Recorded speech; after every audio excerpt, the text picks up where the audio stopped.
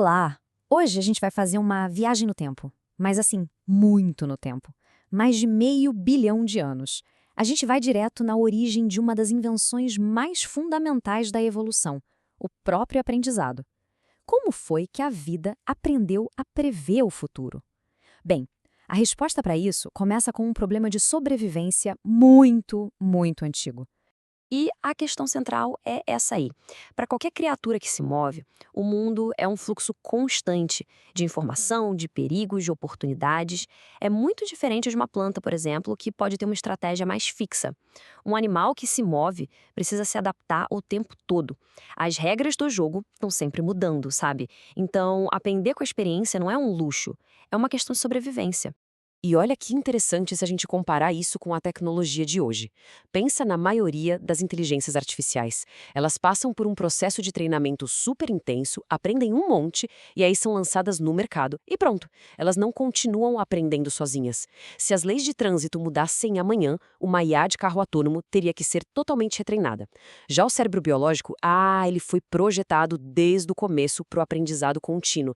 Ele precisa ajustar o que sabe o tempo todo, porque o que era seguro ontem pode ser perigoso hoje. E isso nos leva ao ponto central da história. A partir do momento em que os animais começaram a se mover de propósito, sabe, buscando coisas boas e evitando as ruins, a sobrevivência passou a depender diretamente da experiência. Um ancestral nosso, bem primitivo, que conseguia lembrar de evitar um cheiro associado a predadores, bom, ele tinha uma chance muito maior de sobreviver do que um que não conseguia. O aprendizado virou literalmente a principal ferramenta de sobrevivência. Ok, então vamos mergulhar na solução. A primeira grande sacada da natureza para esse problema todo foi o aprendizado associativo. Essa foi a inovação revolucionária que permitiu que os primeiros animais com um lado esquerdo e um direito, os bilaterianos, começassem a conectar as pistas do ambiente com resultados que importavam. Falando de um jeito simples, o aprendizado associativo é a base do se isso, então aquilo. Pense assim. Se um certo cheiro, que é o estímulo, sempre aparece antes da comida, o cérebro cria uma conexão.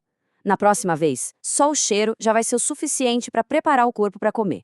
É um mecanismo de previsão, no fundo, incrivelmente poderoso e muito eficiente. E é aqui que a história fica ainda mais legal. Porque o mundo não apresenta um único sinal de cada vez, né? Tem cheiros, luzes, sons, texturas, tá tudo acontecendo ao mesmo tempo. Se algo bom ou ruim acontece, como é que o cérebro vai saber qual desses inúmeros sinais foi a causa de verdade? Esse é o famoso problema da atribuição de crédito. A evolução, então, encontrou umas soluções surpreendentemente espertas e simples para esse quebra-cabeça. Os primeiros cérebros não tinham um superpoder de processamento, então eles usaram atalhos. Atalhos que, na maior parte do tempo, funcionavam muito bem. Para deixar bem claro, o problema é este. Como atribuir o crédito da causa a um único sinal no meio de um mar de ruído? A resposta para essa pergunta é o que separa um aprendizado que funciona de um aprendizado totalmente caótico e inútil. E aqui estão as duas primeiras grandes soluções. Primeiro, a ofuscação. Basicamente, o cérebro aposta no sinal mais óbvio. Se uma luz muito forte e um som bem fraquinho acontecem antes de um choque, o cérebro associa o perigo à luz forte e simplesmente ignora o som. O som foi ofuscado. A outra é o bloqueio. Essa é pura eficiência. Se o cérebro já aprendeu que um sino prevê comida, ele não vai se dar o trabalho de criar uma nova associação com uma luz que começa a piscar junto com o sino. Ele basicamente pensa, o sino já me diz o que eu preciso saber, então essa luz é irrelevante. E ele bloqueia esse sinal novo. Simples, né? Mas super eficaz. Mas é muito importante a gente lembrar que essa primeira versão do aprendizado era extremamente limitada. Foi um começo, claro, mas um começo bem humilde. Os primeiros cérebros estavam muito longe da complexidade que a gente vê hoje em dia. E quais eram essas limitações? Bom, esses primeiros sistemas só conseguiam conectar coisas que aconteciam quase que ao mesmo tempo. Não existia reconhecimento de objetos nem de padrões no espaço ou no tempo. Eram sistemas puramente reativos, incapazes de criar um mapa do mundo ou de entender relações um pouco mais abstratas. Agora, vamos ver como isso se encaixa na história toda. O que a gente acabou de descrever é o primeiríssimo degrau dessa escada evolutiva. É a predição nos primeiros bilaterianos, que era só sobre prever a ativação de um reflexo, essa foi a base de tudo. Muito tempo depois, os primeiros vertebrados aprenderiam a prever recompensas futuras, e os mamíferos a prever todos os tipos de dados sensoriais. Cada passo foi construído em cima do anterior. Então, a gente chega ao ponto principal. Por que esse sistema tão antigo e tão limitado ainda importa tanto? A resposta é porque ele nunca foi embora. Ele é a fundação, o alicerce sobre o qual todas as outras formas mais complexas de aprendizado foram construídas. E essa parte é absolutamente fascinante. A prova de quão fundamental é esse sistema está nos nossos próprios corpos. Existem experimentos que mostram que, mesmo que o cérebro seja completamente removido, a medula espinhal de um animal ainda consegue realizar formas básicas de aprendizado associativo, como o bloqueio e a ofuscação. Pensa nisso.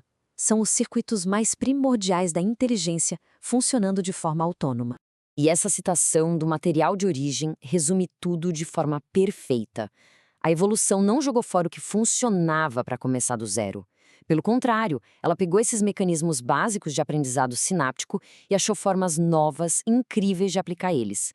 Aprender a falar, a tocar um instrumento, a se localizar numa cidade. Tudo isso, na sua essência, se conecta àquela primeira faísca de aprendizado associativo. E isso nos deixa com uma reflexão poderosa. A nossa capacidade de aprender, de criar, de entender o universo ativa um legado.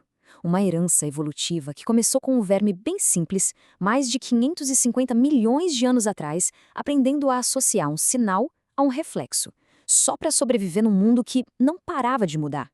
A base da nossa inteligência é, de fato, muito, muito antiga.